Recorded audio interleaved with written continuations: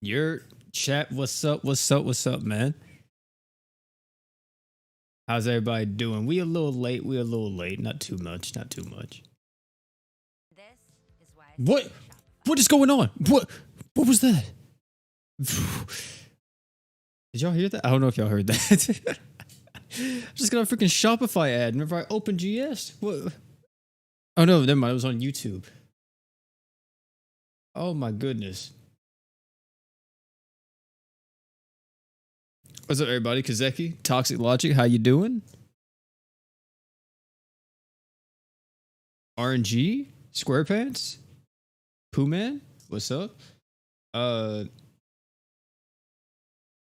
Cat, yeah, bro, I got freaking jump scared by a Shopify ad.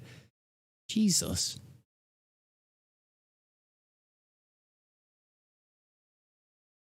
Also, I will say, chat, we got some new music for the stream. I'm hoping none of this is copyrighted because I haven't tested it out yet to see if any of it is copyrighted, but I'm just going to assume it's not because it's all video game music. So, I know some people are asking too. I think someone asked like before the stream even started, like when is the reset? Because we're going to be farming Fate for reset. I think reset is going to be when Kirisame comes out, which we're going to be talking about him too, because he got announced already with Dream Evolutions too. So it's pretty cool.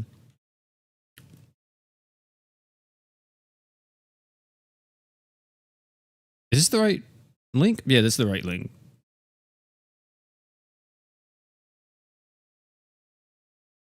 You asked about the reset? Yeah, reset I think will come with Kirisame. They haven't announced it yet, but they did do a little Twitter post. Here, oh my gosh, why is there so many? I'm about to just buy freaking YouTube Premium so I don't get ads anymore. Whoops, I accidentally unpinned my own message. There we go. This isn't on shuffle, is it? This isn't on shuffle. I need to turn this on shuffle. I need to turn it up too.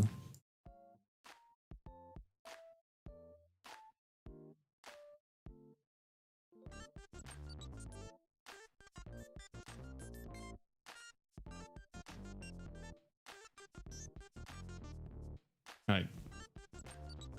Yeah, the LB stones reset. Like the Fate, that's what a Fate reset is, or the event reset is. They reset the entire event, at least the shop. They don't reset the missions, so all the quests you don't have to re-clear, but they reset the shop, so everything in the shop you can buy again. I even think the tickets, I think they reset the tickets too, so. Can Narble's True Art stack with Summer Leone's art buff? Yeah. Pretty sure. Took me a minute to think about it. What element is this guy? Chat, do y'all know? I don't remember. If it's Ilya and Rin, I'm assuming light or fire. But then again, it could be a dark. Is this the dragon? I don't remember. You think a vet who has Shirou with all best in slot for him, should he or she go for Kirisame? Oh, that's a good question. So with the whole Kirisame, oh, it's the dark dragon? Yeah, that's what I thought. So with the whole Kirisame thing, here's what I'll tell you guys, and it's going to be in the should you summon as well. So the thing about Kirisame is that if you already have really good tanks like Volti-LR, Miranda, Thetis, if you wind up getting Shirou, I feel like Kiri isn't as needed. Because in the beginning I said Kirisame was like a must summon, but that was before Shirou and everyone else got added. And now it kind of feels like he's not really as needed anymore. So because of that, I would say he's still an amazing character to get, like easily like S tier, possibly even higher, like if we were going to do a tier list. But he's really overkill. That's the thing about him. He's overkill for so many things. Like very, very overkill. Why aren't you guys readying up?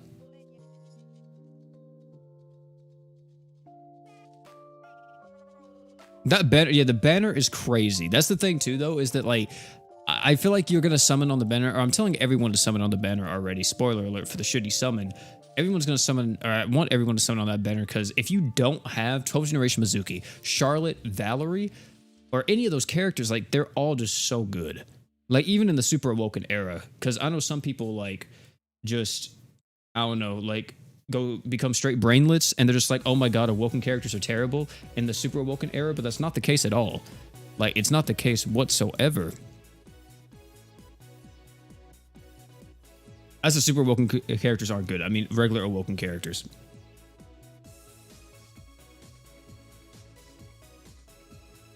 But yeah, 12G. The thing is that 12G alone makes that banner amazing. 12th generation Mizuki is so good. Not to mention too the Valerie. Valerie's a little bit limited, but if you have a water character, dude, or a water team, you throw Valerie on that, and Valerie just buffs you all to Kingdom Come.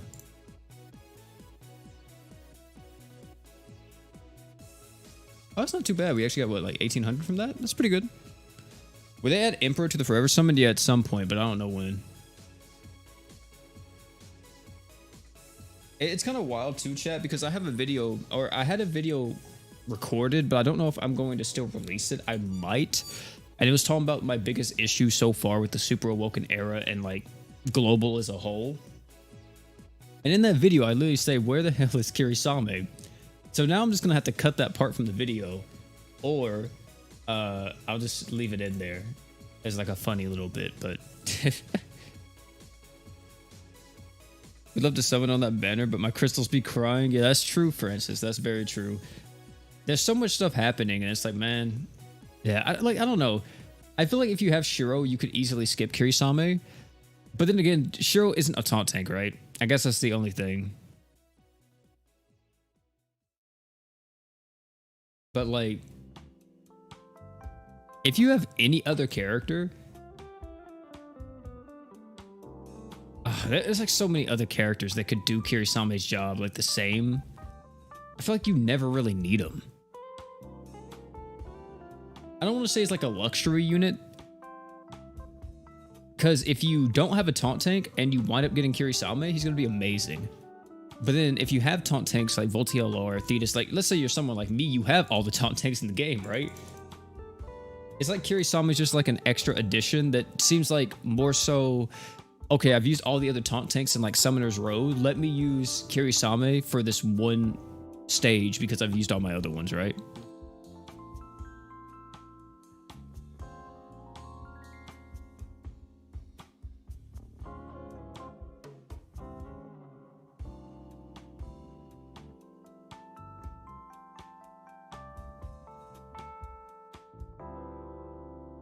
Think Shirou and Thetis are good enough? I mean, yeah, Thetis is alright. I don't like Thetis as a character, like as a taunt tank anymore. I mean, he still does his job, but I just hate how slow Thetis is, and then I also hate how he just deals no damage. That's my biggest issue with Thetis, is that he deals no kind of deeps. Like, my god, dude, it's terrible. His DPS is wild. But yeah. Like, Kirisame, I don't think it's going to deal, like, massive damage either. But the thing about Kirisame is that at least he has higher multiplier, so he has a chance to deal more damage.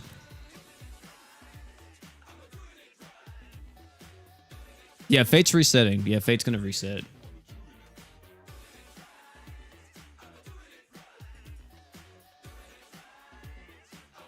So long since Emperor made his debut. Man, hasn't been on a banner? Yeah, he hasn't been on a banner in a long time. I'm wondering why. I mean, he might be on a story banner. Like, whenever we get, who's the next story unit? Sword Demon Berwick? No, he wouldn't be on that banner. Star God Lisa? He might be on Star God Lisa's banner. I could see that happening.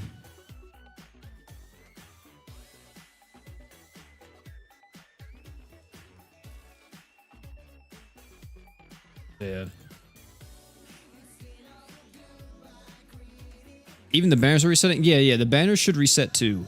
So you'll be able to do your guaranteed 5-star with your free 50 crystals again. So you might be able to luck out and get somebody from that.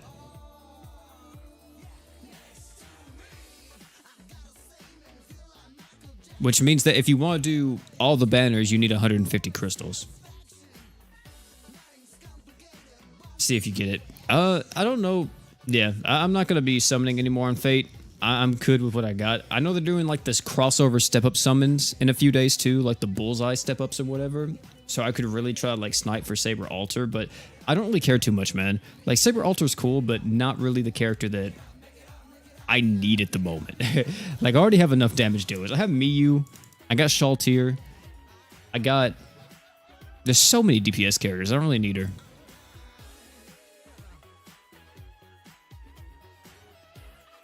You should have saved some crystals for the reset. Yeah, I mean, you'll probably be able to get some more before then, because we're going to be having Kirisame's side story come out, and a bunch of other events, too. So I'm pretty sure you'll probably be able to get it back. And we're going to have the login bonus. The login bonus is also going to be able to come back with it. I hope my... Hold on, wait, let me check something. Oh, never mind, we're good.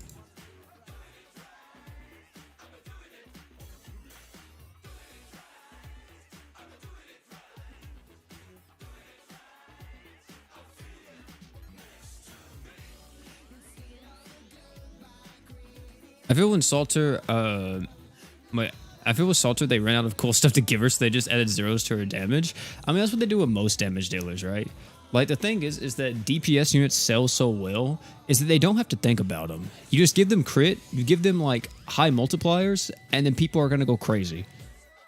Or I would say, like, not people, but a lot of the casual players that just look at units and just kind of glance over them would be like, oh my god, that's crazy, it's so much damage, which, true, but like, you know, Shirou's the best character in this entire crossover. You know what's wild to me, which, I mean, I guess I can see it, but I saw the tier list recently for Grand Summoners, and I saw that they didn't put Shirou at the top of triple S tier, and I don't know about you guys, but I firmly believe, like, if I would create my own tier list right now, Shirou would be, like, top 5 units in the game.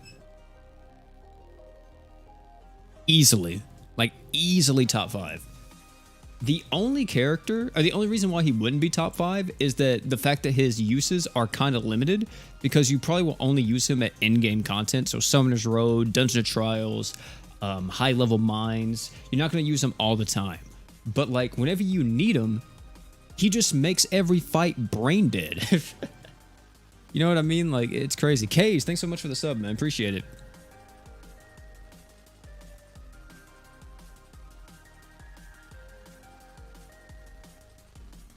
He does get hard countered at times, though, because he does have a barrier, which if a boss has shield killer, then they'll deal like crazy amounts of damage to the barrier, then it might possibly go through the barrier and kill your units, right? But who cares? The DR is enough to just warrant that guy being on the team. You don't even have to use his barrier, right? You could literally just go into Unlimited Blade Works, use his defense item slot, use his physical resist down on his true art, and then just use his super art. And just, he's going to be there as a passive DR buff for the whole team. How should you use Shirou? I mean, Shirou's mainly used in in-game. And whenever you use him, you just use his art to get the physical res buff, plus the barrier. And then you use his true art for the physical res down, and then his super art for extra damage. But if you're fighting a boss that has shield killer, you probably won't use his barrier because you don't want to die, right? But I mean, the physical resist is still really good, but you run the risk of dying. Because if a boss hits you, let's say the boss crits you, right? While you have a shield on and the boss has shield killer, it could deal so much damage to the shield that it goes through and just instantly kills your unit. So you may not want to use the art in that situation, but if you have enough defense item slots, it ain't gonna matter, but I don't know. I wouldn't use it. I'd probably just use the true art and just use his defense item to try to keep the team alive. Because that's still going to probably give you around like 50% or more DR just from him alone. That's another thing too. Kirisame, since we're on the topic of Shirou, Kirisame has a major issue is that, okay, passively he has a lot of DR. If you get him into his true third eye, which is very easy to do. You just have to have another human on the team. Whenever you activate third eye, he goes in the true third eye. However, he has an issue where his defense item, his true weapon, you're going to want it on him because it gives him 100% paralyze and freeze resist. Here's the thing, though. Its skill only lasts for 10 seconds. It's like 30% damage Yeah, 30% fire damage, 20% damage resist, and it only lasts for 10 seconds, which is terrible. Which means that he's going to need someone else on the team more than likely that has... Yeah, he's going to need someone else that has a defense item for him to have pretty high DR at all points in the fight. So that's whenever like Shirou, Sandstone, or somebody with the 5-star defense will come in handy if you're going to be running Kirisame.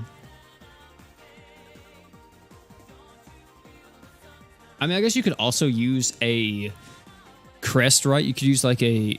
Don't we have physical resist crest? I think we do. I feel like that's a crest, right? Maybe not. I feel like there's a crest that gives physical resist. Yeah.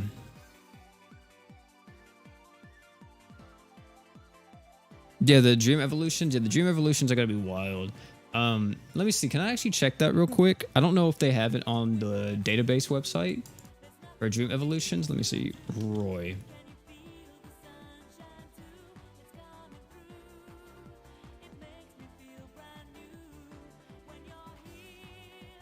All right, so chat.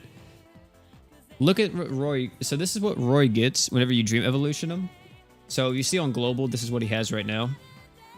He has break power. He has all this type of stuff. Art gauge, scale crit, you know, kind of whatever. 38,000 or 30,000 multiplier, kind of whack. However, when you become the Japanese version, or we get the Dream Evolution version, he gets buffed. So he gets 45k on his true art now. And he gets a bunch of other stuff. His break power gets increased. His crit rate goes up. And I think he has... Does his ultimate freeze get buffed? Yeah, his ultimate freeze becomes a 100% chance. However, with his Dream Evolution, you can pick a path. So if you pick the water path, you get more break power against fire enemies and art gauge.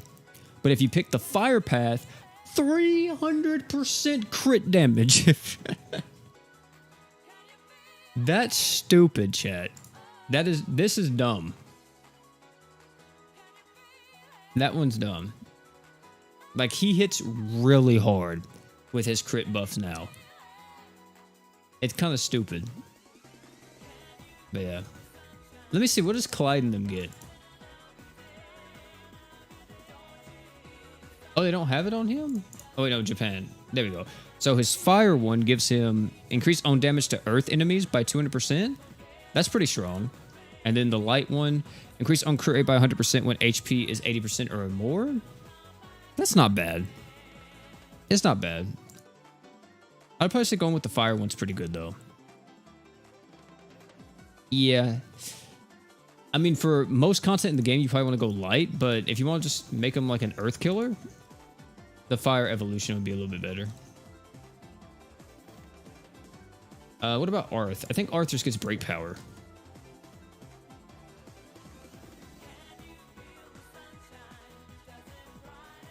Is he fire? Increase on arc gauge, or increase all allies' arc gauge by 1 per second.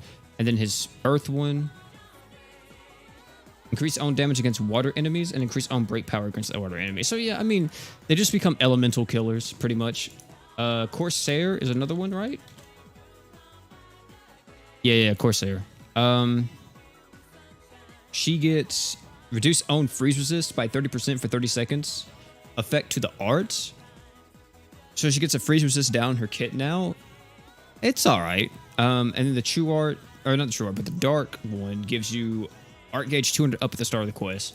Corsair's a little whack. Yeah, I don't think I'm going to be using that too much. The 200 art gauge at the start of the quest is pretty good, but like, Corsair's true art doesn't do anything apart from just inflict freeze. So, I don't know. I feel like for her, it'd probably be the water one. They're not all like that exciting, but some of them are like pretty cool.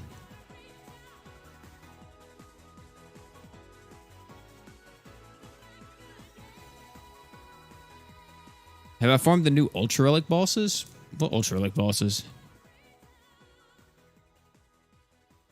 Dude, they haven't... What was the last Ultra Relic we got? Like the Skeletooth and something else, right?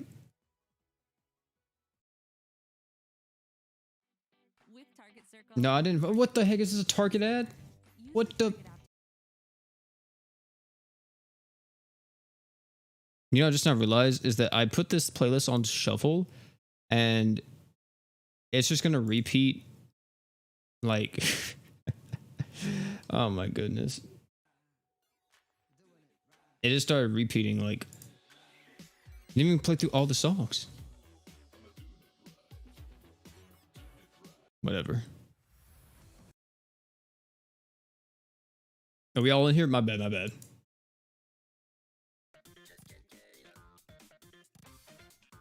What is Xenon's dream evolution? I actually don't know. Let me see. Does he have one? Xenon Japan. This?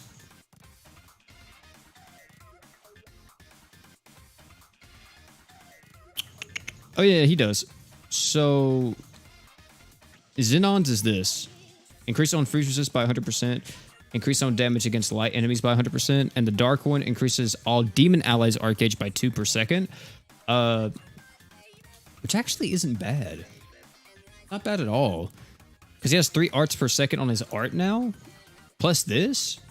5 arts per second. It's not bad. Not bad. Oh yeah, chat too. I'm just gonna let you guys know. I've been playing a lot of Epic 7, got back into it. And that's really fun. I'm kind of like, I don't really want to say upset, but I'm kind of I don't know. I'm surprised it took me so long to give the game another chance. Because that's been a gacha game I've been playing like in my free time. I've really been enjoying it.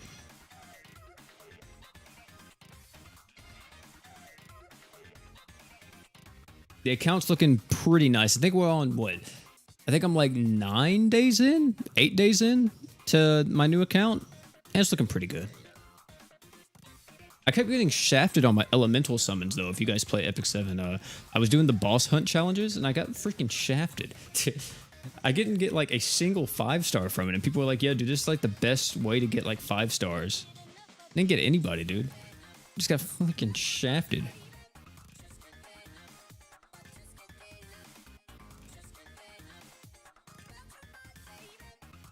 Only reason I do Epic 7 is the Guilty Gear crossover. Too bad all those units are like not even that great though if you're new. Apart from like Baiken. Baiken's probably like the best character to get as a new player. Like Jacko's gonna take you forever to build. Same thing with Dizzy. It's gonna take you like years to build. Or not years, but months as a new player.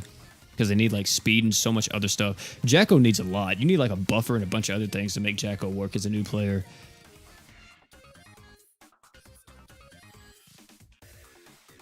You playing Tower Fantasy at all? Nah, bro, I'm good. I'm good on Tower Fantasy.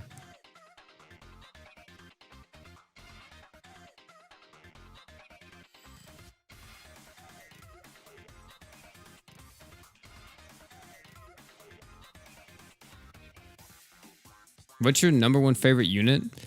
In Grand Summoners? Right now? I mean, I did make a top 5, my top 5 favorite units, and I would still say that list is pretty accurate for like who are my favorites. If I'm not mistaken, #1 was Rags. If Rags wasn't #1, I don't know who was. Because Gray, I think, was #5 in that list, or #4.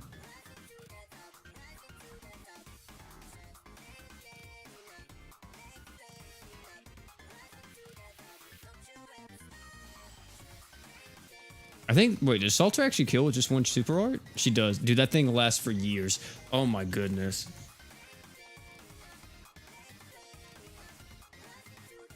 Put Gray away? LOL? Why would I put away the best luck unit in the game? Kinda cringe. Kinda cringe. But, what is it, chat? I mean, the only time I put Gray away was whenever Jay comes out. Because then I'll just make Jay a 120 luck unit. And then I'll just use Jay, because Jay's just Gray on crack. Yeah, also been playing Bomb Rush Cyberpunk as well, chat. I don't know if you guys know what that is, but it's pretty much a Jet Set Radio. And that game I could play that game for hours. Like, I have played that game for hours, man. Jesus, that game's so freaking good. And it's wild too because this Thursday, right? I think it's Thursday. Armored Core comes out, and I'm like, oh my goodness. You got Armored Core, you got Jet Set Radio, like, I was just freaking Bomber Cyberpunk, like, I got too many games to play, man.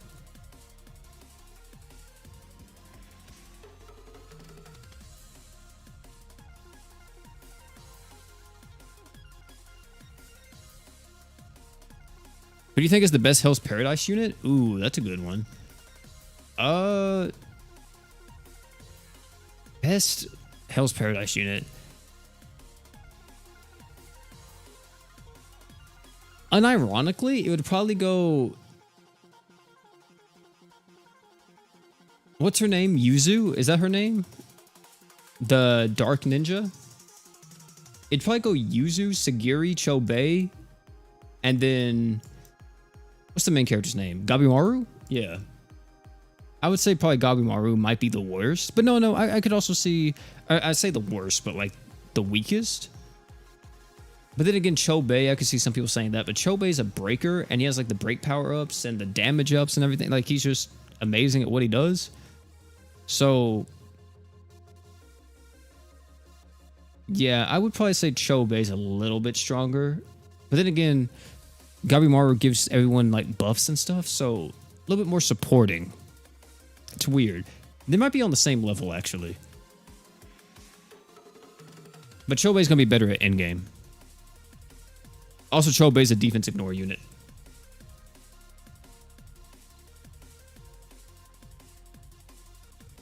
Talk about your Grand Cross rerolls incidents. I mean, there ain't nothing to talk about. Nothing happened with it. I just got shafted the whole time. I was going to give it another chance, man. I really was. I was ready to give Grand Cross another chance, play it, see if I like it now. And yeah, didn't happen. Who are the best breakers for Elemental Ruin stages?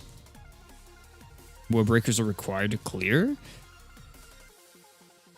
I mean, if you're using like breakers in the Elemental Ruins, you just want to use like probably the best in each element, right? So, Platina for light. Dark would probably be Duke. Yeah, Dark would be Duke. The only thing is Dark... It really sucks having to use a breaker in Dark. Because Dark isn't like a sustained comp, right? So it's very like nuking oriented. But yeah. For Dark, it would be Duke or... What's another Dark breaker? War Gold? Coco?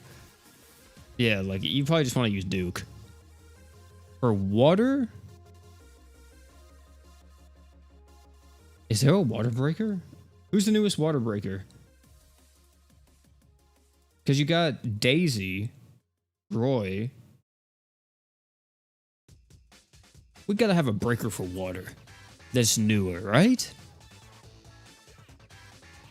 Can I think of one on top of my head?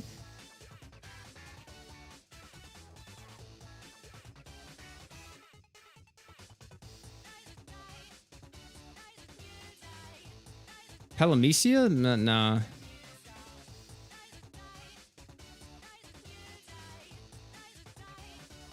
Dude, does Water Breakers not exist? The new Aristella? Well, she's not out yet. Water Breakers just might not exist. So good luck on that one. Earth? Who would I say is the best Earth Breaker at the moment? See, if I ever have to use an Earthbreaker, I just wind up using Arth, because he's still okay. He's not, like, amazing at it, but he gets the job done. But I know some people use Garland as well. Also, Folesley. Folesley got buffed, right? Folesley is probably pretty good now as a breaker. Well, I say she got buffed, but she got buffed a while ago. And then, what do we have left? Fire? Fire can be Chloe or Strength. Yeah, probably Chloe, Strength. Anyone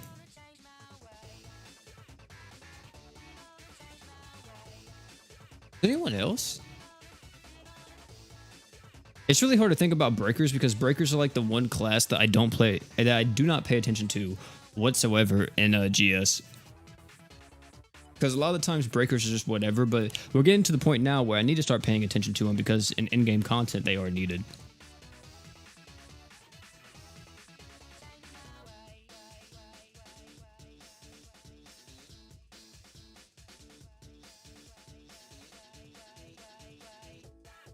Est? Oh, well, I mean, I guess Est is somewhat of a breaker to an extent, yeah.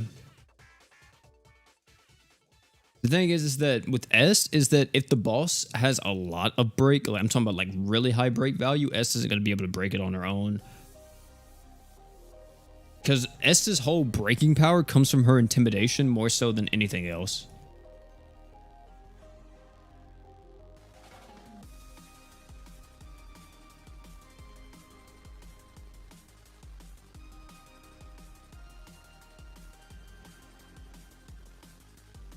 Yeah, like for an example, the only reason why she works against a lot of different bosses is because you buff up her break power to Kingdom Come, and then not only just that, like her intimidation hard carries her. If the boss has too much break, she's not going to be able to break the boss like within the time you want to, because the thing about S is that if you use her, S's whole game plan is that you break the boss almost instantly, like as soon as you get into the fight. If you don't break the boss almost instantly, S is probably going to die. Because she's not that tanky at all. Like, she can't really take a hit. She's very offensive.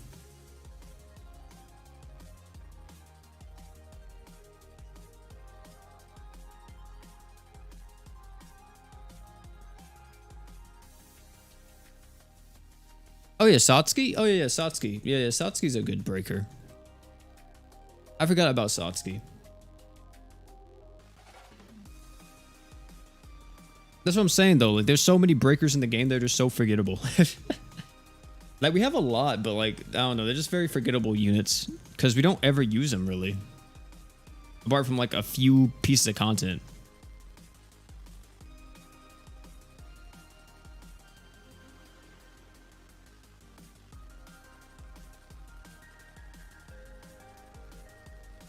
Also, I just now noticed, too, now thinking about it, a lot of breakers...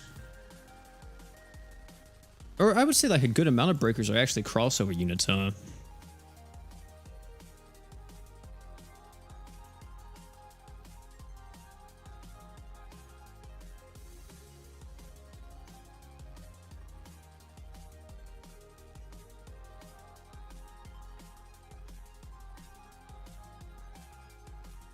Waiting 3 minutes with Yamapi to wait for a breaker to break. Oh, you talking about on the live stream? Well, the thing about the live stream was that I had to use Reyes. That was the thing. So if I didn't have to use Reyes, I probably would use Platina, but since I couldn't use Platina, I kind of just had to go like the slow sustain route.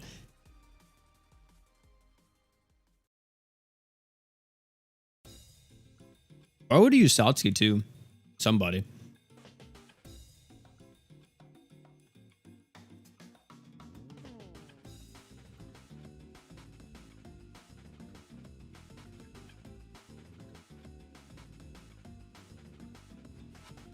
What if they made Reyes a breaker? Then probably he would not really be used at all.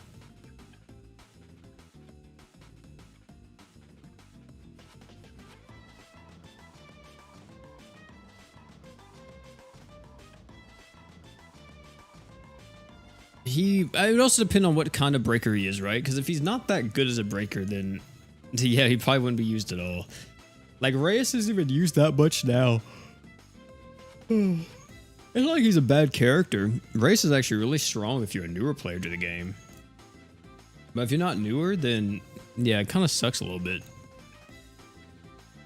Not really sucks, but you just have better options, right? Vittoria, Sistina, Draken. You have a lot of other characters that can do what Reyes does. Actually, you know what's curious? I'm actually curious about that. Where do they put Reyes on the tier list? Is he like an A tier unit? Yeah, he's an A tier unit.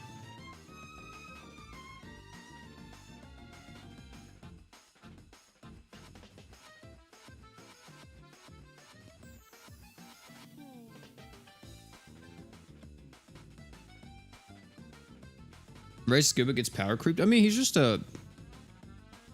I mean, everybody's gonna get power creep, but the thing about Reyes is that he's just really strong for new players. That's like the whole point about him.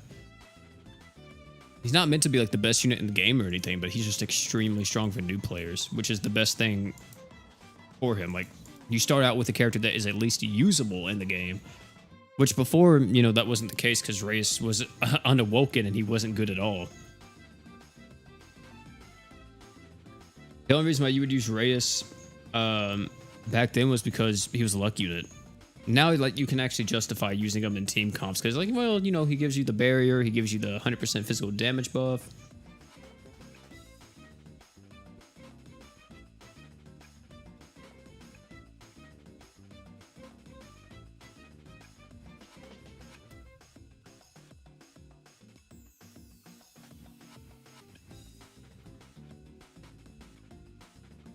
Makes him an actual viable unit instead of someone that barely survives in the story quest he's required for.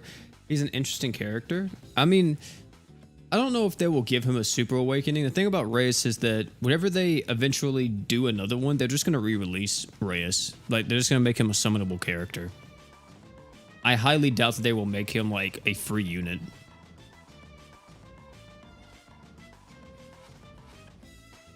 I mean, the only thing you can hope for is that if they do anything to regular Awoken Reyes, is that they will super awaken him. Or not super awaken, but they will dream evolution him. And then his dream evolution could be extremely strong.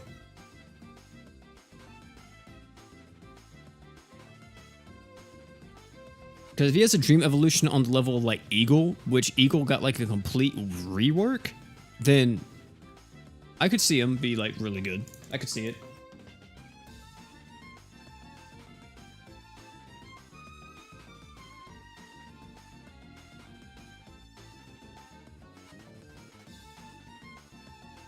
They ever get a free-to-play Super Awoken unit? At some point, yes, but probably not anytime soon.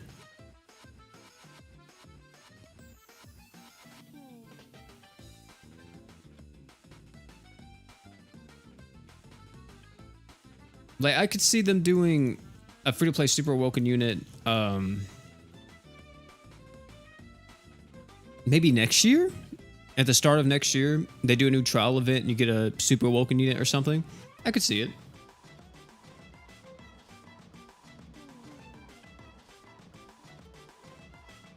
The thing is right now is that at least on Global, like Global's heavily focused on crossovers more so than anything. Like at least with JP kind of alternates between crossover story unit, crossover story unit, crossover story unit. But Global is just hard focused on crossover. So who knows when we will actually get, like, if something like that does come out, it may take forever to come out to Global.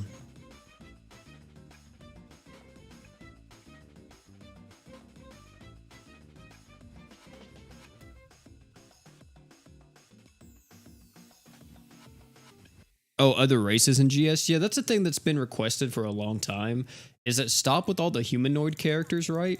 And let's actually have, like, some... What the heck is this? This is an ad.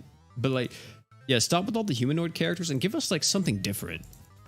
Like, I would be down with, like, a tank, bro. Like, give us a tank or something like that, dude.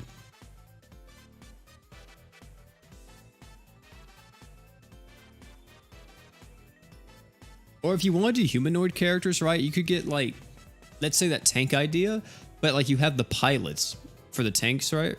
And then you could just have them like in the artworks, but like in game, they're just in a tank. You just see a tank on the screen the whole time. I feel like that could work, man. Or like, I'm surprised we haven't got a character that like rides a vehicle in the game yet. Like a motorcycle character or anything like that, really. We don't have anybody like that, do we?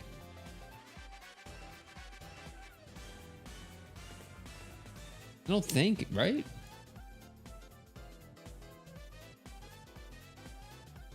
Kane? I mean, Kane has a tank, yeah. But, like, we don't have anybody that's just, like, always on a vehicle. That's more so what I mean. And, I mean, Deadmaster does it too, right? Deadmaster hops on her motorcycle and, like, drives off. But I'm talking about, like, someone who's always, like, on their vehicle. Like, in their sprite and everything.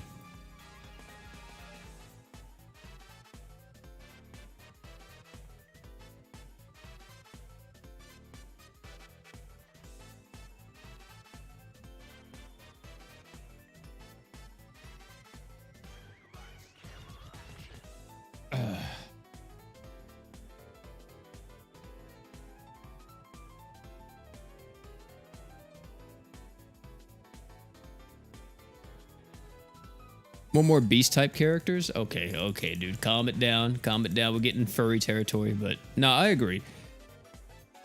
I think having beast type characters or like just someone else apart from just the regular humans would be a good way to switch it up.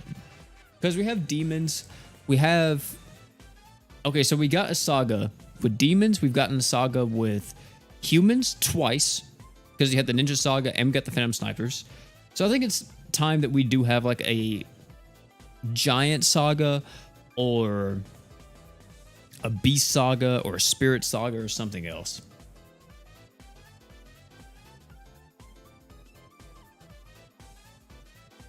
I think that'd be sick.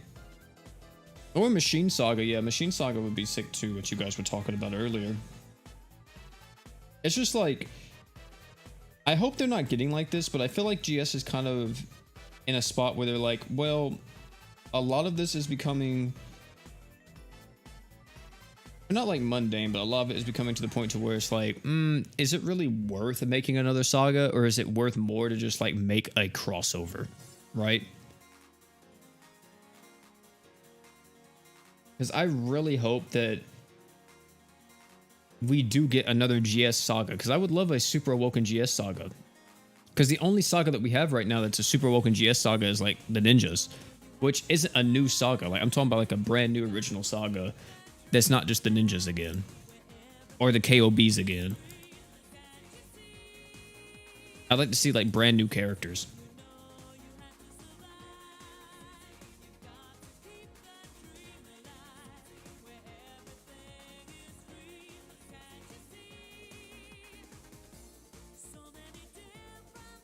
Yeah, you broke the seal. So yeah, I think it, yeah, you're definitely right. It's possible. But I highly doubt story is like the reason why they never did that, right?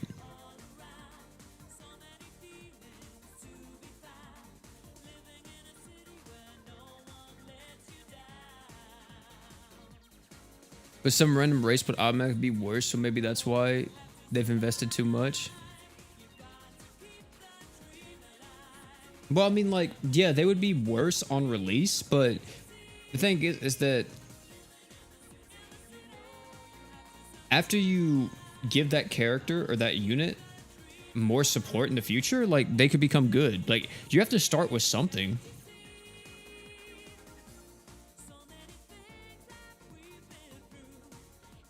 As long as we don't have, like, an Omega Shenron situation and Dokkan on our hand, I think we'll be fine, chat.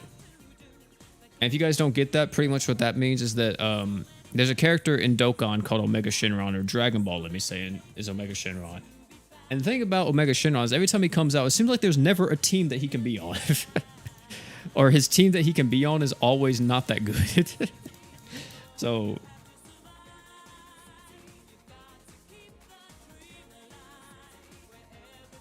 as long as it's not a situation like that and they do eventually add more support, I think it'll be fine.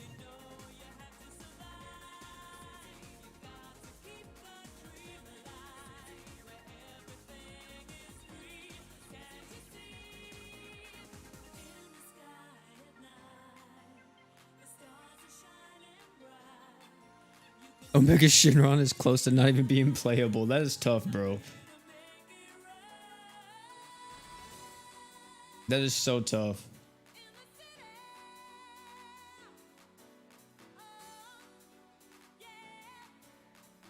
I used to hate that, man. I really hated how they did villains in Dokkan. It feels like villains don't ever have, like, a good team that they can be on half the time. Like, some of them do. But I remember, like, when it was the villains and heroes meta, right? Back in the day. It sucked because you would, use these characters and then you'd be like, okay, these guys are so sick. And it's like, damn, like, they're just not as good as heroes.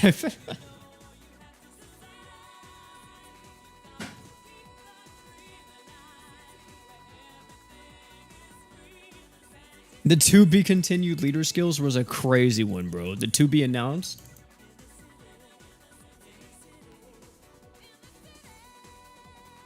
Those were wild. When does the reset happen? The reset happens Probably with Kirisame or the update after Kirisame.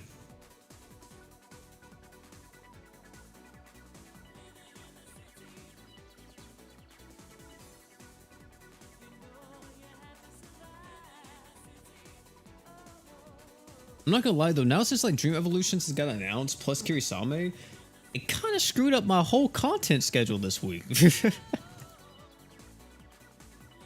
I'm about to like probably go re-record some content ideas. Or maybe not all of them, but like the one that I was gonna release tomorrow, I have to re-record it. Or it might still be fine. I'll just take out the part with Kirisame and it'll probably work. Also, chat, I'll give this idea to you all, and you guys can tell me if you guys would like to see it or not. So, I think we did it with Overlord. We might not have did it with Overlord. But I know we did, on the crossover before Overlord, we did a,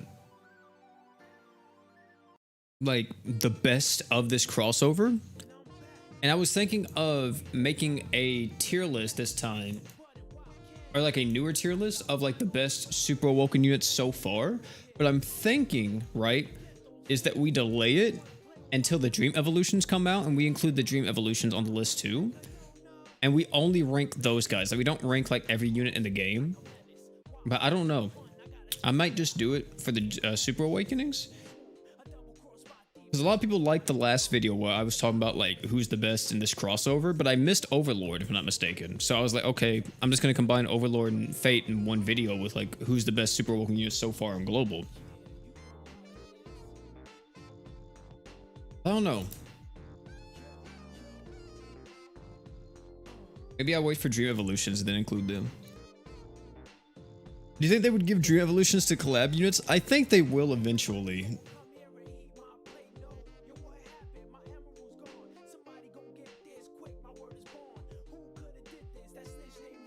Best crossover unit in your opinion right now?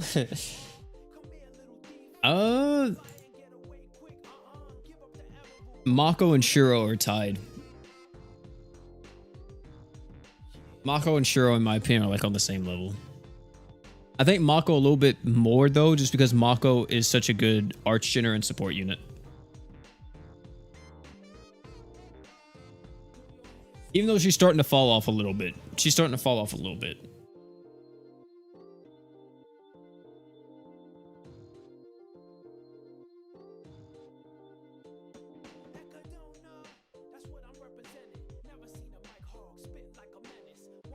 It's crazy how she's been out for so long. She's still top tier. Yeah. I don't think Mako will ever become bad. Because here's the thing about Mako, chat. Because you guys were asking me about Dream Evolution stuff. Here's the thing that's going to happen, right? Is that as soon as Mako starts to fall off, you know what they're going to do? They're just going to release Kill a Kill again. And they're going to Dream Evolution everybody and make Mako broken. Instead of it being like 4 arts per second now, it's now like 6 arts per second. You got 120% arts damage buff. You get like 50% damage res down. She has a passive that gives her 100 art gauge at the start of the quest. Plus it art gauges for, or it fills everybody's art gauge like 2 per second passively. I'm telling you, it's going to happen. It's going to happen.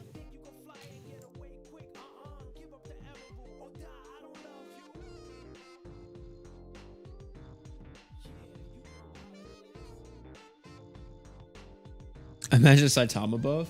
I'd be down for it. Like, the thing is that I'm not against Dream Evolutioning crossover characters, but if you bring them back, here's my catch. If you bring back crossover units, you need to bring a Super Awoken unit with them.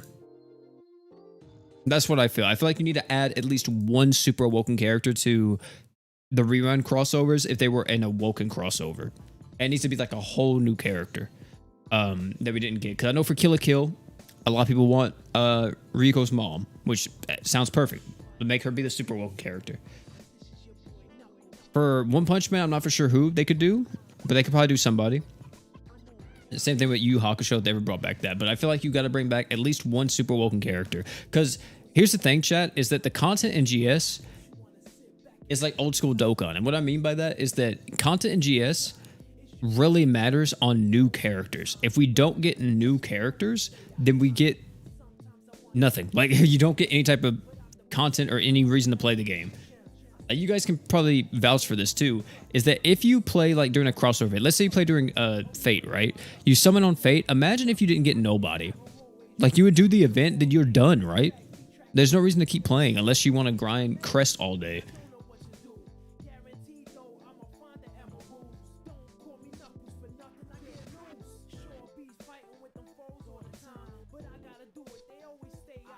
Could get a new Saitama. That is true. That is true.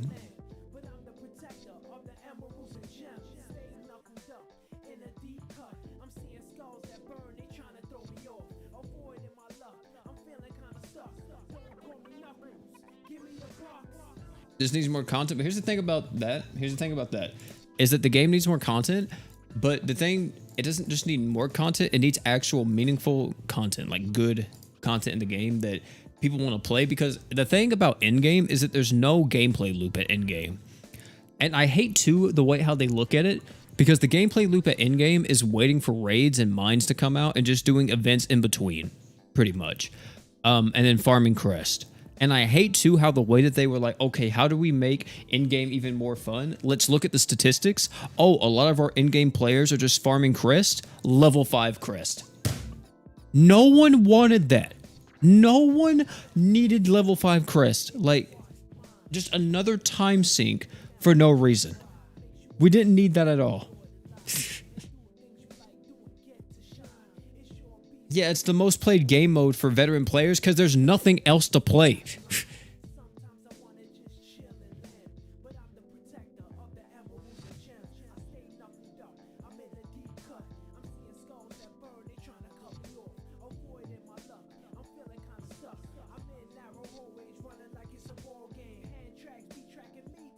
And I don't actually know exactly how they could fix it. Like the problem in GS, like I think that they could do a lot. Like one of the things that they could do is actually add a legitimate challenge event or like a challenge stage to every single new event. That is extremely difficult. I mean, that would take more resources, right? But I think that would be cool if they did that. Add like a challenge quest to every single new event that comes out, crossovers included. And let's say if you clear this challenge event, you get like 5 lucky gems. You know what I mean? Or like 3 lucky gems, something like that. It makes you want to do it, right? But it's extremely difficult to do. What else? Like you could add like a challenge event. You could add an actual schedule for mines, right? And raids and all that. Like every other month we have raids and mines, but on global right now it's like we get raids. And then 6 months later, we might get mines. Or in 8 months, we might get mines.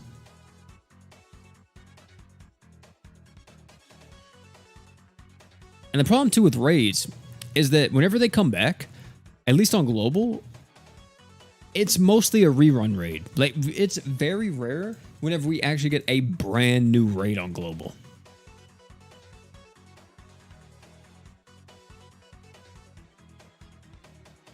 Yeah, the thing is that, yeah, raids are fun until everybody gets bored of, like, farming the event, but at least it's something to do for a few days, right?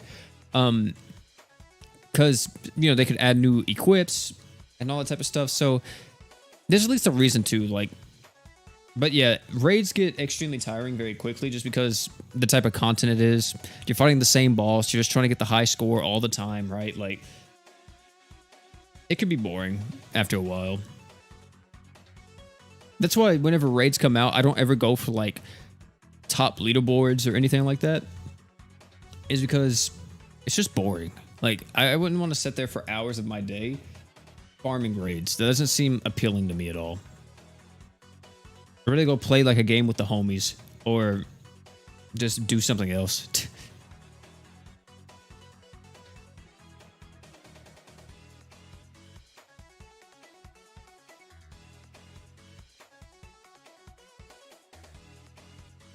Yeah, mines do have variety. That's the best thing about mines is that you don't always fight the same bosses. And also, the thing about mines is that there's always a threat the higher you go, which is very stressful, but I think it adds to the game mode.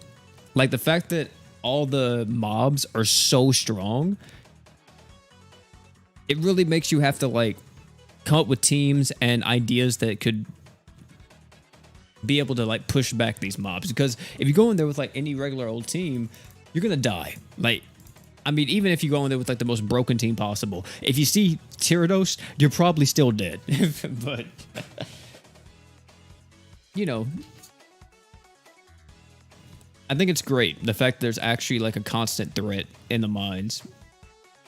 I would even argue that they could buff mines, or not buff mines, but they could add a secret encounter to mines. So you know that we have like the secret encounters where you see like Valentina and all of them, and they give you buffs. But what happens if they added a situation, right, or like a boss that was like the Reaper or something like that, or maybe it was like Vox or Emperor or something, or it could be Ash. Who knows who it could be? But they just will randomly appear in the mines, and they're stupidly difficult. Some people may hate it, but it would have like a chance to drop like a crazy equip, and it would be extremely rare, let's say, for it to even happen. But I feel like that would be like another way to spice it up.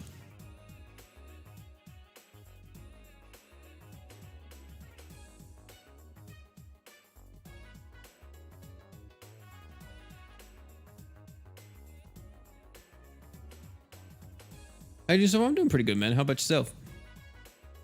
When's the reset? Probably whenever Kirisame comes out, or the maintenance after Kirisame. A Crunchyroll secret boss? No, we're not even sponsored, or we're not even with Crunchyroll anymore. But I'd be down with like a secret boss in the mines. I really would.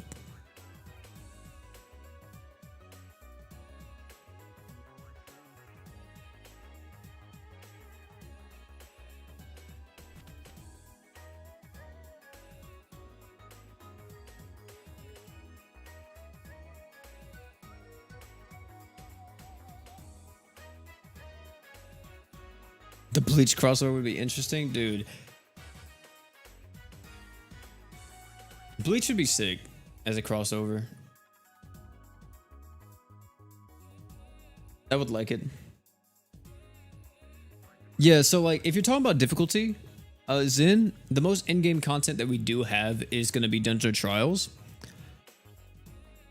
But like even then, Dungeon Trials doesn't get updated all the time, and they rarely add to it, because the thing about DOT is that it's cleared by less than like 1% of the player base.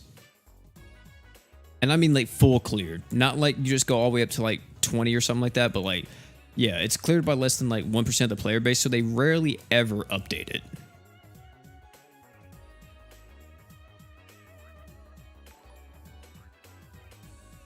David, thanks so much for the sub, man. Appreciate it. So I don't know what's beyond that. Hey, wait, is 426 Ignis? Or is Ignis before 26? I don't know I know some people will know, like you can say the floor, right? And people will just know what boss is on that floor. I don't play that mode enough to know that, dude. That is hard for me to like remember. Because I just remember there's a Clyde boss. You got Sophia at some point. I think you fight Ganon really early on. You fight Rags' Phantom at some point as well, if I'm not mistaken. You got the Earth Dragon and the Plant Boss in like the same stage. And then that's it. Like I forgot everybody else.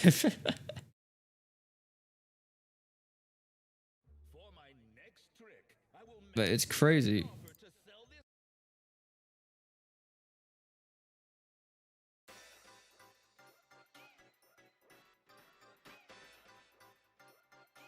Plant and Bird is floor 20, yeah.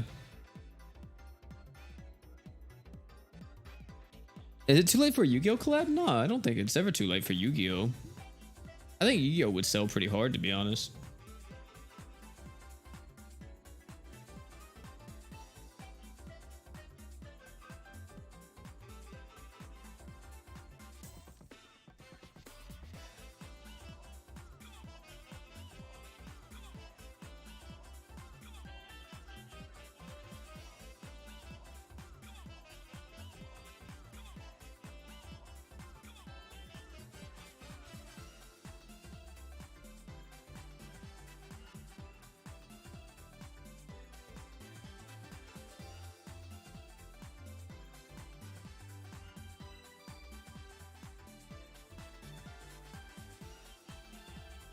Let me see. Where's the Digimon collab at? Man. I can see the vision. I can see it.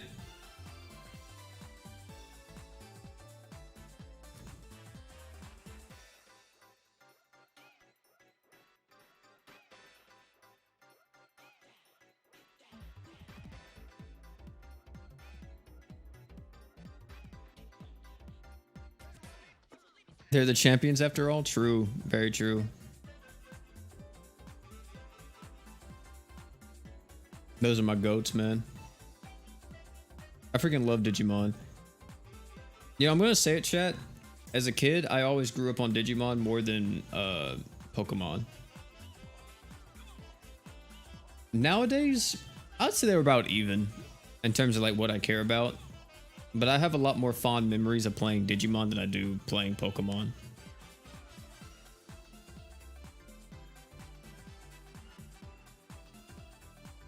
Ow. So yeah, Digimon's underrated. I grew up on Digimon and Pokemon. Yeah, I mean, the thing about Pokemon is that I didn't like watching Pokemon. Watching Pokemon was pretty boring to me as a kid. I didn't like the whole story or kind of like Ash and all that. I didn't like them. I just found it kind of boring as a kid. And then I liked the games though. Like I played, I think every single Pokemon game whenever I was younger. They came out. Yeah, I played all the way up until, what was the last one I played? The last one I played was Black and White. Black and White was the point to where I didn't buy any more Pokemon games after that.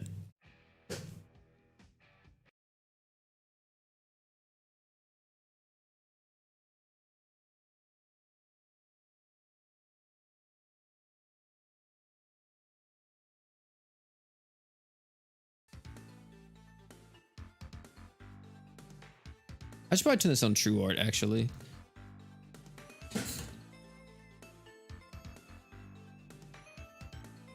Black and White was when it peaked, in your opinion? I liked Pokemon Platinum a little bit more.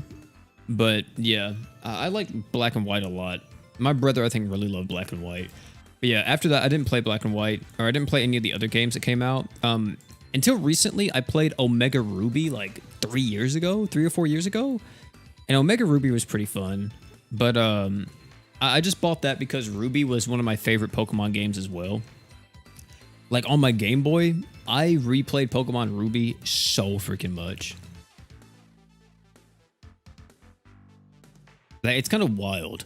And I don't know why, but I feel like as an adult, right? So younger me replayed so many games. Like, I remember back in the day, dude, I would replay Kingdom Hearts 2 so much. Like, no cap. If I actually opened up my save file on Kingdom Hearts 2, I'm pretty sure I have like 4 or 5 different save files on KH2 on my PS2 with like 80 plus hours in them as like a kid. And I'm like, dude, it's wild how many times I've replayed that game as a kid because I just loved it so much.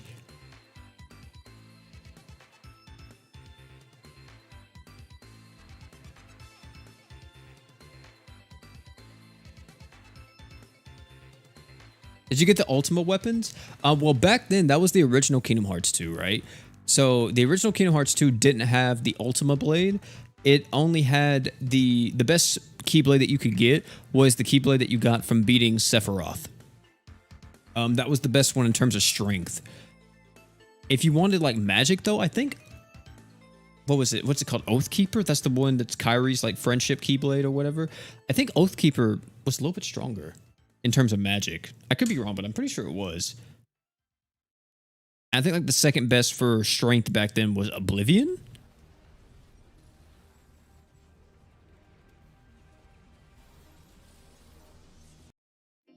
I don't remember because like, dude, back then I just picked whatever Keyblade looked cool. I didn't care about stats at all. But whenever I was a kid, I was just like, oh, this looks sick. I would just put that on. And I remember my cousin came over, and my cousin was a lot older than me, and he played Kingdom Hearts. And he was like, dude, why are you using this Keyblade? And I'm like, what do you mean? I'm like, it looks cool. Remember, he got mad. He was like, dude, how'd you even make it this far? I'm like, what do you mean? She's like, dude, you beat the game with this? I'm like, yeah.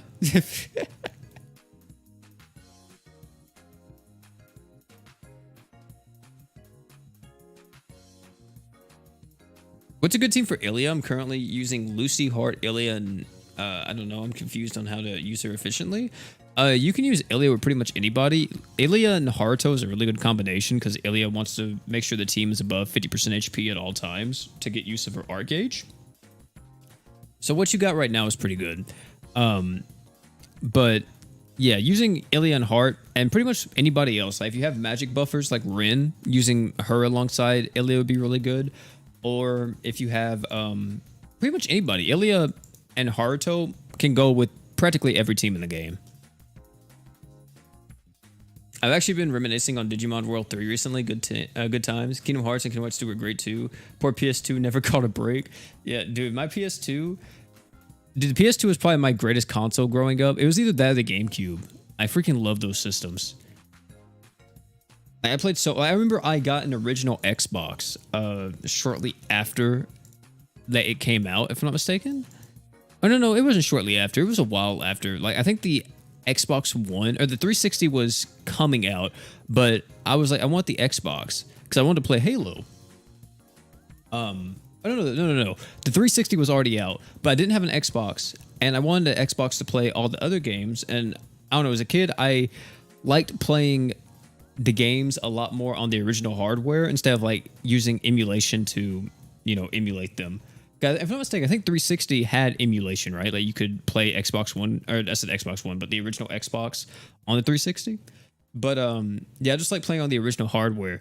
And I remember I got Halo, and I would be playing Halo, and I really liked Halo, but I never played my Xbox. And the only game that I wish I would have played on my Xbox, and I always saw it in stores, and I never ever played it, was Jet Set Radio Future. And I never played Jet Set Radio Future because now I'm playing Bomber's Cyberpunk, and I'm just like, man, dude, I wish that I could go back and play like Bomber's Cyberpunk as a kid. I said Bomber's Cyberpunk, but Jet Set Radio Future, because I'm almost positive I would have fucking loved it. Like I would have been on that thing religiously.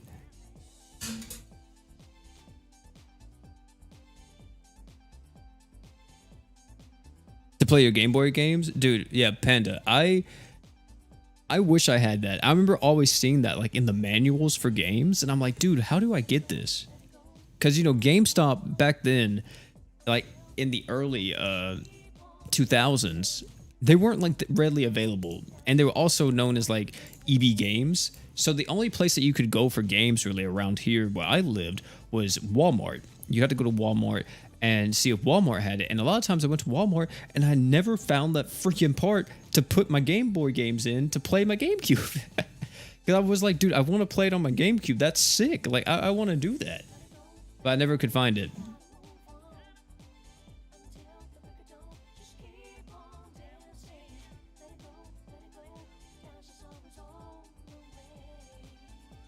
It's called Bombastic. I don't think I ever heard of it. But yeah, playing old school games like that was wild back then. My PS2 never got a break. My PS1 didn't get a break either. I was playing like the OG Mega Man RPG on my PS1. Or I guess it was an RPG game, you could say. I forgot what it was called. But it's the game where at the end they go to the moon. I remember playing that on my PS1 a lot. And then of course I played the Final Fantasies, Final Fantasy 7, Final Fantasy 9. And then on my PS2 I played Final Fantasy 10 a lot. It wasn't until a lot later I played the other games like Final Fantasy 8 and all that. Hey, we got 40k, we can switch it up. Or actually, yeah, we will switch it up. I don't know how much. But yeah, I probably need 40k for the others too. I don't know if I want to farm all of them today. I don't think I'll farm all of these today. I think we'll farm a little bit of part 2. But yeah, I probably won't farm all the way up to 40k. I think this is still dark too, right? I don't know. This is against Shirou, right? Yeah, this is against Shirou. This is water. Yeah, this is against water. Was 13 and 13-2. I generally enjoy those games, even though they were lesser liked. Yeah, dude, 13 is probably the worst Final Fantasy. But if that's your first one, I could see why you would enjoy it, because you don't necessarily know like what Final Fantasy like kind of can be. But yeah, if you like 13 or you even somewhat liked it, I would highly recommend you play the others. Like Final Fantasy 10, you probably would really like Final Fantasy 10 or Final Fantasy 8, a little bit older, right? But you probably enjoy Final Fantasy 8 a lot too. Or FF7 as well. If you even somewhat like 13, you would definitely like the other games. Because the other games are a lot more open-ended. Or not open-ended, but like, not in terms of their story, but some of them, their stories are a lot more open-ended. But in terms of like their gameplay, because the thing about 13, the thing that everyone really hated was how every map was just a hallway, right? Like, and you could tell how linear the game was because everything was a hallway. And then once you get to like the open world section of the game, it's too late, right? Like a lot of people already are over it by that point.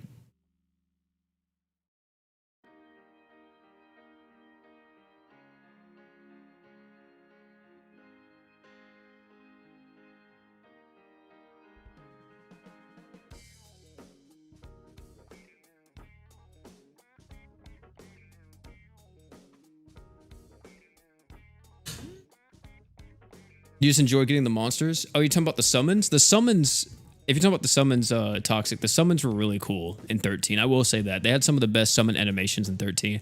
I remember, was it Vanille who summoned Alexander? I think it was Vanille who summons Alexander. That's still one of my favorite animations in the game. Or like in the series. I really love that. What's up, Darkness? Remember grinding the Chow Garden Sonic Adventures 2 more than anything else side stuff? It's just so much fun. Dude, I never got into the Chow Garden as a kid because I think I was too dumb. And I say I was too dumb. And it's wild that I say that because as a kid, I was like a straight A student all throughout elementary school and middle school. But I think if I would have played Sonic Adventures 2 whenever I got older, like whenever I was in middle school, I could probably figure out the Chow Garden. But yeah, as a kid, I was like, dude, how do I even make these Chows better or like stronger? I still replay Sonic Adventures 2 to this day. I replay it like at least once every other year or maybe twice a year sometimes.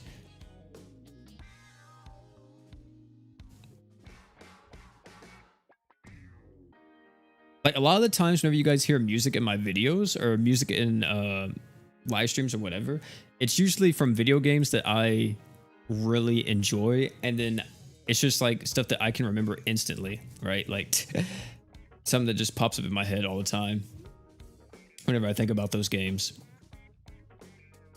I can't do some stuff, like for example, I can't use like hardly any Kingdom Hearts music because Disney is kind of crazy with that. But a lot of other music, pretty much all music in the gaming industry is kind of free to use when it comes to content creation.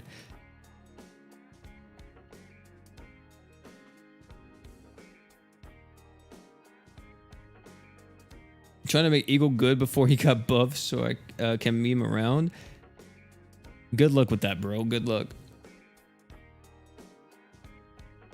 Why no Pumpkin Hill? Pumpkin Hill I use in videos. I do use Pumpkin Hill in videos at times. I haven't used it in a while, I don't think.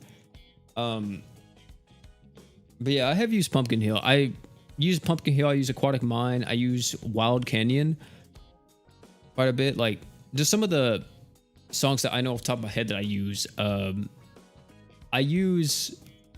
Was it When the Moon's Reaching Out in Persona 3? What's the track? Is it When the Moon's Reaching Out to the Stars? Is that what it's called? I don't remember. But it's something like that in Persona 3. I use that track. I did use Beneath the Mask at times, but I kind of hate how, I don't really want to say hate, but I remember I started watching like other people's videos and stuff, and then I was like, dude, everybody used Beneath the Mask. Like every single person. I mean, it's a good track, but like everybody uses Beneath the Mask. It could be like a random video and you're gonna hear Beneath the Mask playing. Like,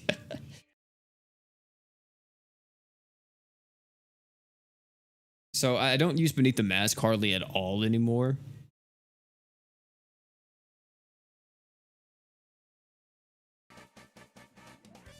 I do use a lot of Marvel vs. Capcom 2 music at times. Or I use a few tracks from Marvel vs. Capcom 2. Like, the track that's playing right now is from MVC.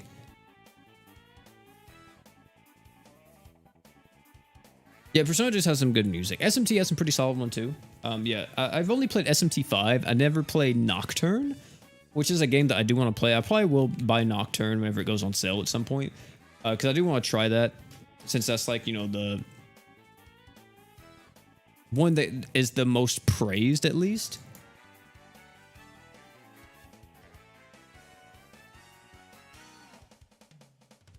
So I'll definitely try that. Oh, I didn't even see Mirage was in here.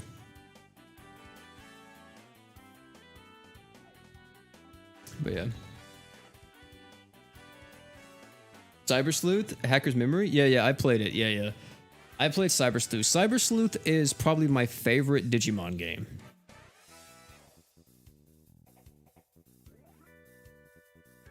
In terms of gameplay, yeah, it's absolutely my favorite.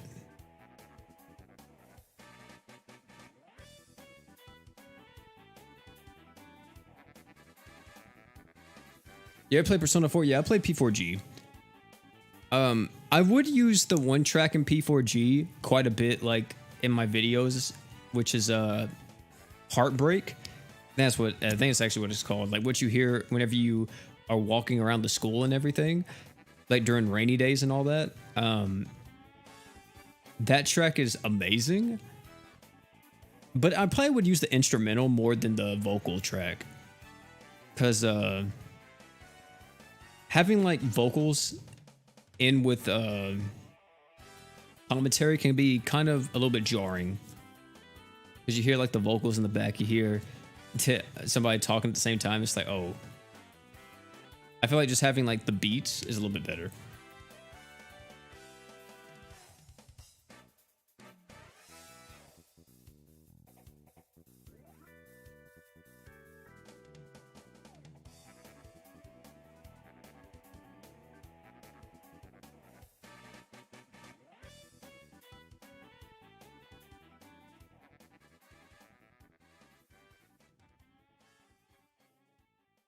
That's what they've been. It's been pretty good so far, man. Just been chilling, doing some grinding. I don't know how much longer we're gonna do these grinds for, but probably for a little bit. Not too much longer though.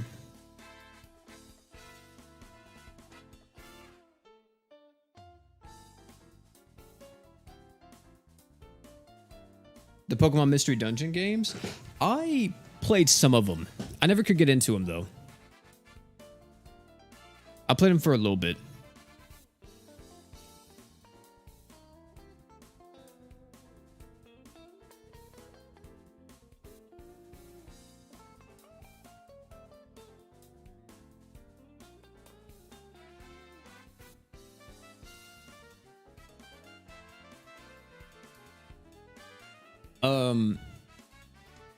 But yeah, I remember playing on my GameCube actually, since you said Mystery Dungeon. I did play Pokemon Coliseum and Pokemon XD Gale of Darkness. I played them quite a bit. Those were actually, whenever I was little, those are my favorite, those are my favorite Pokemon games. I really enjoyed XD Gale of Darkness and Pokemon Coliseum. I think more than any Pokemon game I played when I was younger. Until I played like Pokemon Platinum, and yeah, apart from Ruby, Platinum, and I would say Ruby and Platinum were the only other two games that I loved more than like XD Gale of Darkness and Pokemon Coliseum. The only problem I didn't like about Pokemon Coliseum was I hated that you couldn't catch just wild Pokemon. You could only catch the shadow Pokemon, because I kind of wanted that aspect to be in the game still.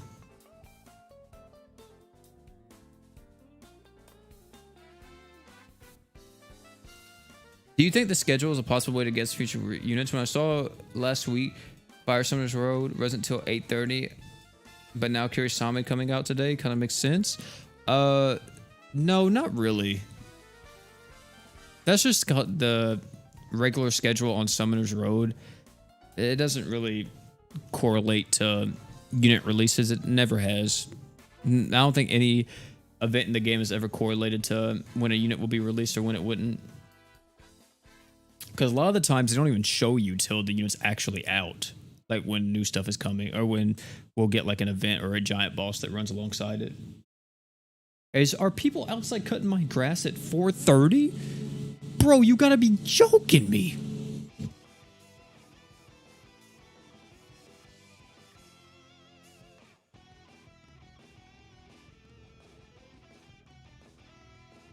These people are right outside my window, bro.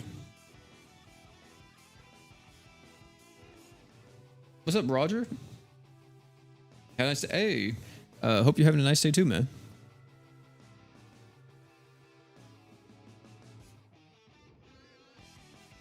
When does the reset come? Reset should be Kirisame or when Kirisame releases or the update after Kirisame. Bro, this lawnmower is really right outside my window.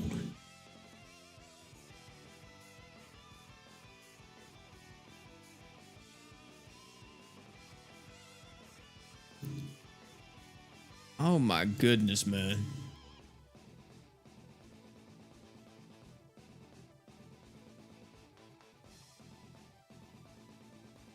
Yeah, I'll try to mute the mic whenever I'm not talking so you guys don't hear it.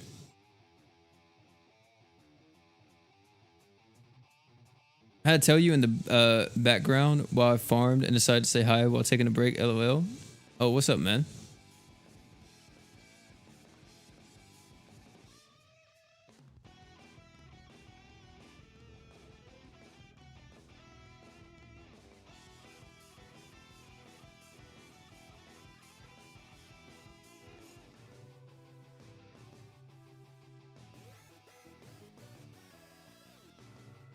I will say though, chat, I am somewhat excited for the Dream Evolutions. I think more so than like us even getting like new Super Awoken characters, because I'm really interested to see how they do a lot of the Dream Evolutions going forward. Because some of them are straight garbage, but then some of them are like really good, like very good. I don't know if I'll Dream Evolution everybody that I have. That's the thing, is that I've been thinking or debating with myself, is that if I want to Dream Evolution every single unit in the game, or all the characters that at least I have. I mean, I guess I could, because it does give me a reason to do like Summoner's Road. But I don't know, like some of those Dream Evolutions, dude, are not good. Oh, they're not good at all.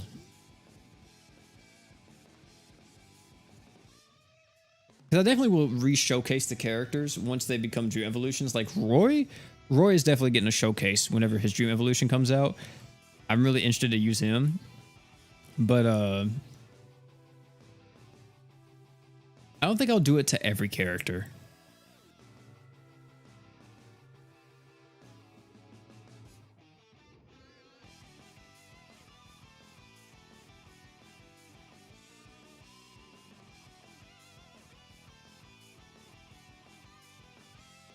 Do I think Shiki will be good at their Dream Evolution? Do I think that character just needs to be deleted and they just need to re-release her or something else? I don't think Shiki will ever be good, bro. She's going to need more than a Dream Evolution.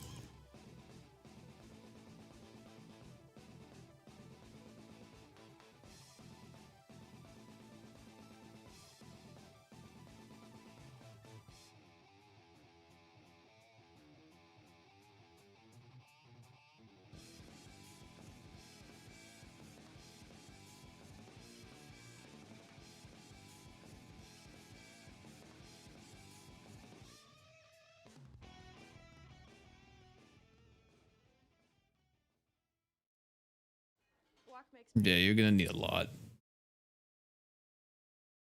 Must do Dream Awakening for Roy. Yeah, Dream Awakening Roy. Kinda good. Roy a little bit good. Roy a little bit good. This Dream Evolution. At least in terms of the damage. I don't know if you'll use them like apart from just DPS. But like, I don't know if I would use Roy as a breaker. Right? Like I don't think I would do that. I think I'm just using him for his 300% crit damage buff. And that's about it.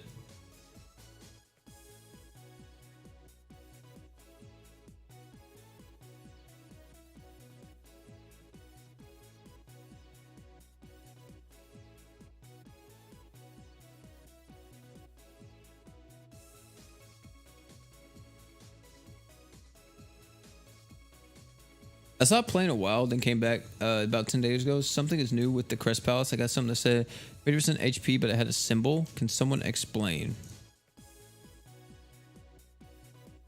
I got something that said 50% HP, but it had a symbol? I don't know what you're talking about. I have no clue what you're talking about.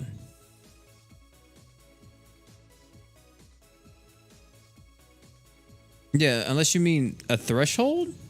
He means the AI drop? Oh, yeah. You got an AI command thing. It's just for the new auto system.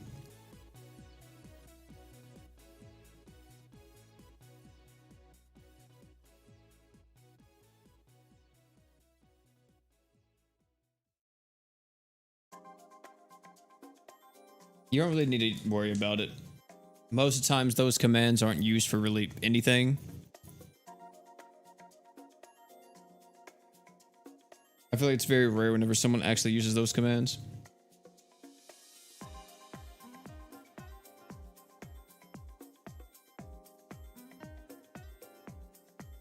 Does the lifesteal of Exceeds X stacks like with itself? No, it does not stack with itself. But let's say like lifesteal from like Shaltir skill and the lifesteal from Exceeds X, that will stack if I'm not mistaken. Because it's two different instances of lifesteal. Thing is though, is that stacking lifesteal isn't really required.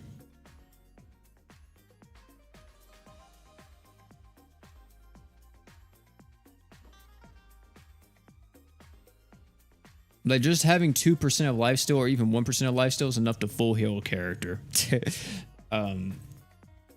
So yeah, there's no point in really stacking lifesteal.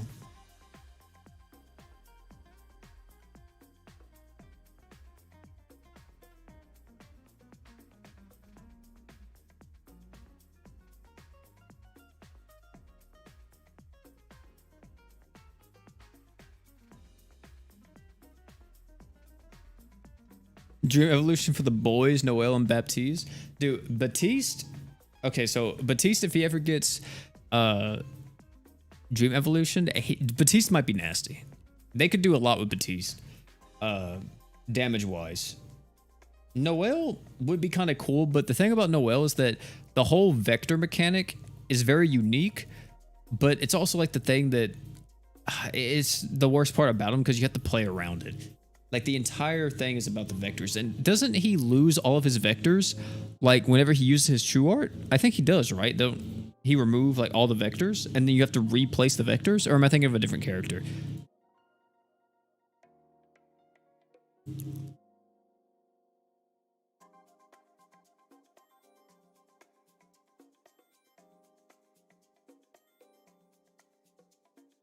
He does, yeah. You think they will ever update the arc gauge type system?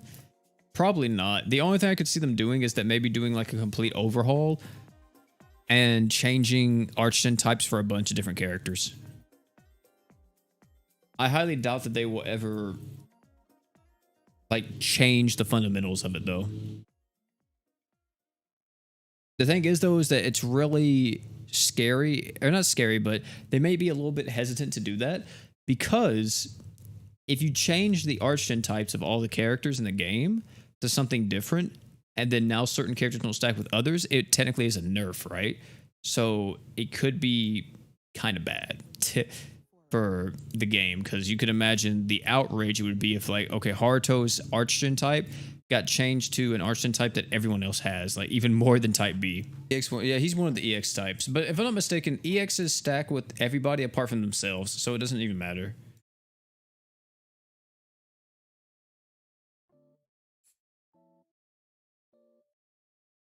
Also, chat, I think this is going to be our last run. We've been going on for about like an hour and 40 minutes. So, probably be our last run for today. Henry, thanks so much for the sub. Also, Einar Jar, KOG, thanks for the sub as well. I think I said, David, I think I said you earlier, right? I'm pretty sure I did.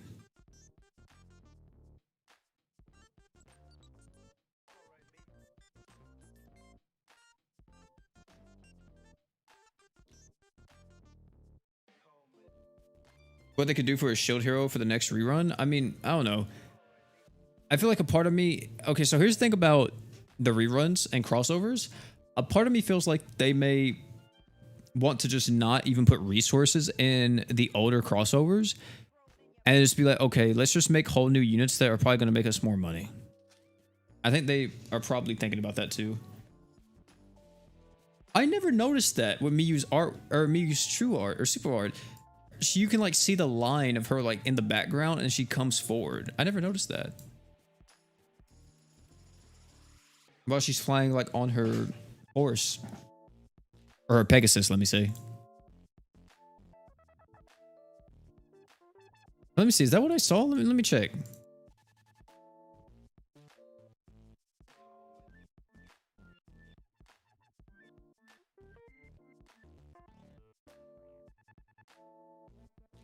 Let me see. I'm actually curious about that. Is that what you do?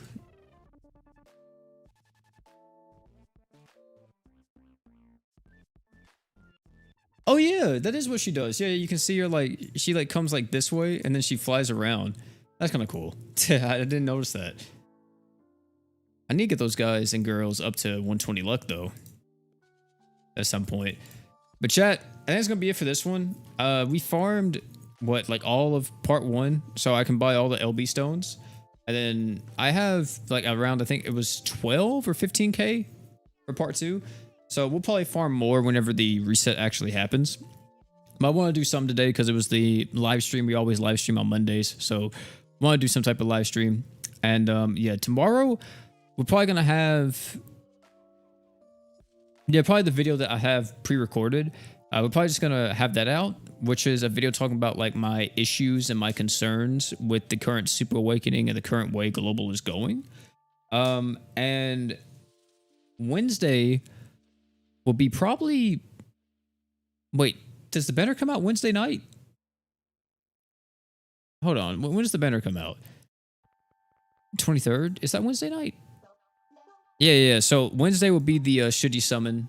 Thursday we'll probably do a summon video, and then we'll do the tier list video at some point, talking about the Super Awakening units and some of the Dream Evolutions that have already happened on Global. But yeah, that's gonna be it for this thing. Thank you all for hanging out though. It's been your boy OP. And yeah, if you like the stream, make sure you like it. If you're new here, subscribe. And yeah, it's gonna be it. Thank you all again for coming out. And last but not least, you guys already know, don't forget to drink water.